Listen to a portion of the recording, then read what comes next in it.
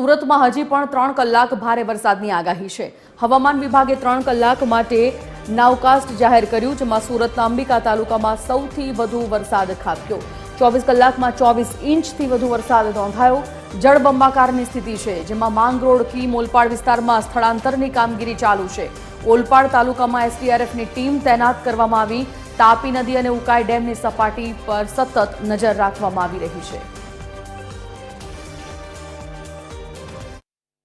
સવારે 6 વાગ્યાથી લઈને આજે સવારે 6 વાગ્યા સુધી સુરત જિલ્લાના તમામ તાલુકાઓમાં નોંધપાત્ર વરસાદ થયો છે। એવરેજ જોઈએ તો આપણે 220 mm જેટલો વરસાદ તમામ તાલુકા અને શહેરનો મળીને થયો છે, એટલે કે લગભગ 8 ઇંચથી વધારે એવરેજ વરસાદ તમામ તાલુકામાં નોંધાયો છે। સૌથી વધારે વરસાદ જે છે અંબિકા તાલુકામાં લગભગ 565 mm 24 કલાકમાં નોંધાયો છે, અને આજે પણ આઇસોલેટેડ પ્લેસીસ ઉપર heavy two very heavy rainfall થવાની સંભાવના સુરત જિલ્લાના અલગ અલગ ભાગોમાં થઈ છે। પરિસ્થિતિની વાત કરીએ તો ઓવરઓલ સુરત શહેરની જે તમામ ખાડી છે અત્યારે તો ડેન્જર લેવલની નીચે ચાલી રહી છે। ગઈકાલે અમુક ખાડીમાં ડેન્જર લેવલ આવ્યું હતું, ત્યારબાદ તાપી નદીની અંદર આપણે સિંગણપોર જે કોઝવે છે તે ઓવરફ્લો થવાના કારણે પાણી આવેલું છે। ઉકાઈ ડેમ છે તેની સ્થિતિની વાત કરીએ તો 333 ફીટનું જેનું રૂલ લેવલ છે એની સામે અત્યારે 320 ફીટ એમાં પાણી છે।